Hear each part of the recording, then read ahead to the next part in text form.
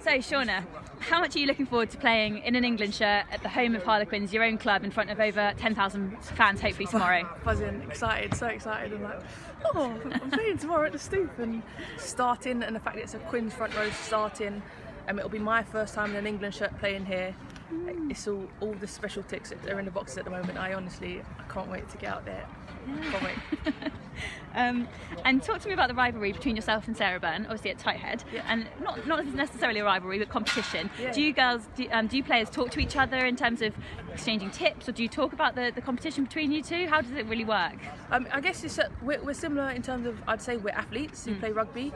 We're very much we set the bar for each other, and as much as when you look at sort of all the different numbers when we're testing, etc., we are sort of two of the people that we're always going against each other, and we're very similar. Sometimes she's better at things, sometimes I'm better at things, and it's so good. I'd say the front row in general at the moment is probably one of the most competitive places for an England rugby player, and that's only going to be good for the whole game. She's a great laugh as well. She's a funny one, and sometimes she joins our girl bands when we have a little sing song. And it's when we're on the pitch that we're going against each other because we are competing for the same shirt. But when we're off the pitch, she's a good girl. She's a good laugh. What's your go-to song? It depends who I'm singing with. So sometimes I have Destiny's Child. With Destiny's Child, if we've got Natasha Harper and Amelia Harper, but then they're a lot younger than me, so they don't know a lot of the songs. But it's something along the lines of Destiny's Child, and Sarah Bern loves it. Good.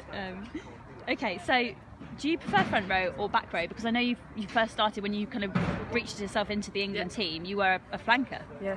Which do you prefer? So it was a transition period, and it was a long emotional one. It was a lot of sort of thoughts in my head. Do I want to play anymore? And it was really getting to me at some points. And do I want to play prop? Because it's so difficult. Like, physically, it's so difficult having to scrummage and then play rugby.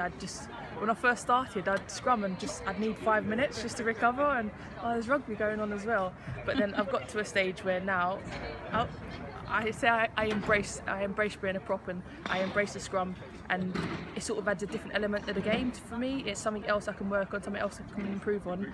And I always say, for me, the best thing about a scrum is no matter what's going on the pitch in terms of scoreline or what else, it's that one-on-one battle, and each scrum is basically like a whole new game in my head.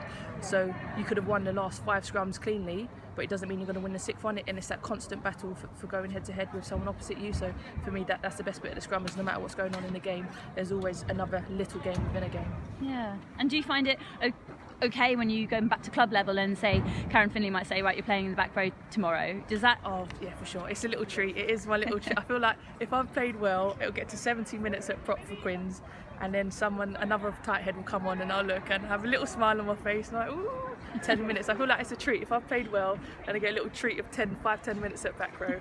And Karen Finley, she knows that, and she come off the pitch, she's like, yeah, I told you played well, I'll give you a little 10 minutes. So it's like a little reward system sometimes.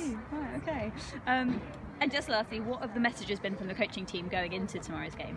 It's getting over. We weren't happy with our performance the second half against Ireland, so it's getting over that. And people constantly question us in terms of is our biggest battle complacency, and it hasn't been in the past. But some would say that potentially last week the week before it was.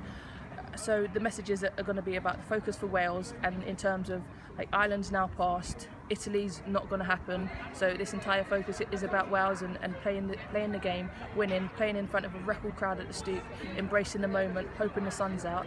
Like all the odds are in our favour at the moment. So it's positive messages from the staff, and it's about our game and not letting necessarily these other factors get into our head, and playing a good game of rugby that us and the fans are proud to watch, because at the moment we're sort of the forefront of women's rugby globally. So we want to play a game where people want to watch, whether they're rugby fans, men's rugby fans, any other sports. It's just about us wanting people to come and watch us. Yeah, brilliant. Well, good luck tomorrow. Thank you. I'm going to be